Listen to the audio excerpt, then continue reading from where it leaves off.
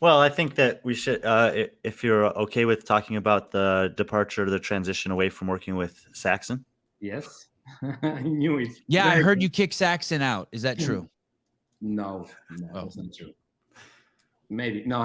I heard he was late on his payments. I heard you swiped his credit card 3 times. It bounced 3 times, and you sent him off. I heard, and it's funny that you heard that. I heard it was super amicable, and that you helped with the transition to the next phase of his career. So maybe one of these is true. Yeah, I mean, yes, I mean, after Wodapalooza and after Rogue, I think that I think that we were both maybe doing changes. I was taking our responsibilities for Mayhem, and that will take a lot of time out of me. And I think that because of the results, Saxon needed a person who was with him more time. I think that it worked very well that they were apart, but I think that that he made some changes and he wanted a coach that was closer to him. And yeah, and did you have any insight into how he chose who that next coach would be? Good question. Yeah.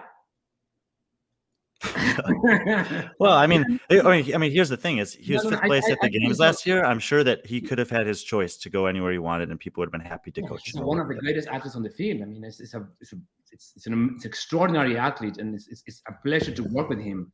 But he also wanted to move to Tennessee, so for some time now. And when we were discussing about the needs he had and what I could offer, and vice versa, came the idea of like, well, if you move to Nashville, you could train with Shane, which is a very good friend of mine, a very, very good friend of mine, and without any doubt, one of the best coaches on the field. And he's someone that lives there, and you can have access to him 24/7. Well, not 24/7, but most of the day if you want to. There's only one athlete who has access to him 24/7. Yeah, exactly.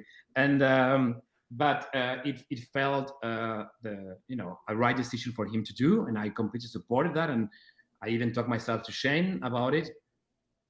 And and I think that actually I texted him before yesterday, and he told me he was extremely happy with everything, how things were going.